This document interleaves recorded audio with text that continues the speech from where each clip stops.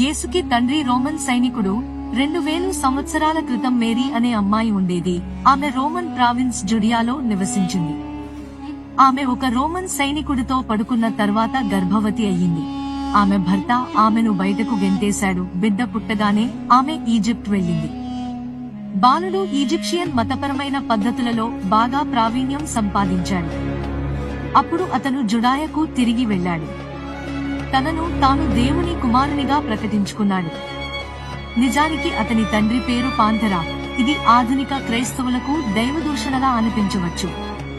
కానీ ఈ కథ యేసు కాలంలో యూదులలో ప్రసిద్ధి చెందింది. ఇందులో ఏదైనా అర్హత ఉందా? పాంథెరా మరియు మేరీ యొక్క కథ సెల్సస్ ద్వారా వివరించబడింది. సెల్సస్ క్రీస్తు శకం 2వ శతాబ్దంలో గ్రీకు రచయిత. అతను కొన్ని యూదు సంఘాల నుండి విన్న వాటిని వ్రాశాడు. క్రైస్తవ మతం అకస్మాత్తుగా ప్రాముఖ్యతను సంతరించుకున్న అస్పష్టమైన ఆరాధన.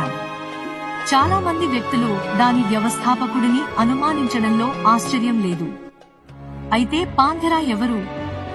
అతని పూర్తి పేరు తిబెరియస్ జూలియస్ అబ్దుస్ పాంథెరా.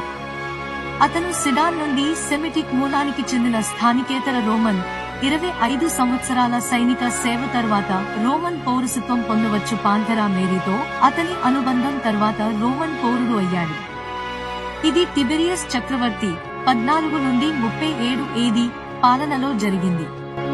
తదనంతరం అతను తన పేరుకు Tiberius Julius జోడించబడ్డాడు. Panthera Roman Archer's యొక్క ధనుస్సు యొక్క ప్రామాణిక బేరర్గా పనిచేసింది. అతను అక్కడ 40 సంవత్సరాలు పనిచేశాడు మరియు 62 సంవత్సరాల వయస్సులో మరణించాడు. ఈ సమాచారం అంతా సమాధి రాయిపై ఉంది.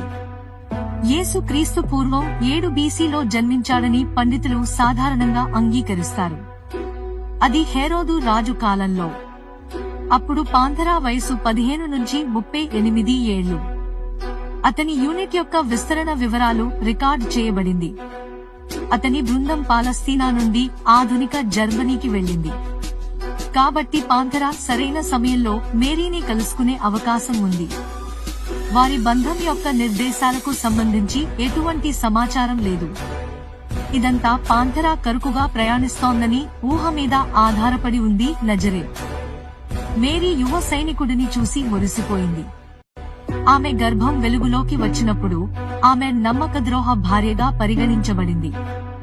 ఇది యేసును అసహ్యకరమైన వ్యక్తిగా చేసింది. నిజానికి టాల్ముడ్ తో సహా వివిధ యూదుల గ్రంథాలు యేసు బెన్ పాంథెరా ను సూచిస్తాయి. అది పాంథెరా కుమారుడు జీసస్ కోసం హీబ్రూలో ఒక బాస్టర్డ్ అసహ్యకరమైన వ్యక్తి కొడుకు. యూదు సమాజంలో స్వాగతించబడడు. అతను బహిష్కరించబడి ఉండేవాడు. మేరీ ఈజిప్టుకు ఎందుకు వెళ్లాల్సి వచ్చిందో ఇది వివరిస్తుంది. జీసస్ అద్భుతాలు ఈజిప్షియన్ ఆచార మాయాజాలంపై ఆధారపడి ఉన్నాయని కొందరు అంటున్నారు. పాంథెరా యొక్క సమాధి రాయి 1859లో కనుగొనబడింది. ఇది బింగర్గ్రక్ లో కనుగొనబడింది. ఆధునిక జర్మనీలోని సమాధి రాయి బాడ్ క్రూజ్నాక్లోని ఒక మ్యూజియంలో ఉంది. దీని భయం ఒక విగ్రహం, కానీ దాని తలపోయింది. మన దగ్గర ఉన్నది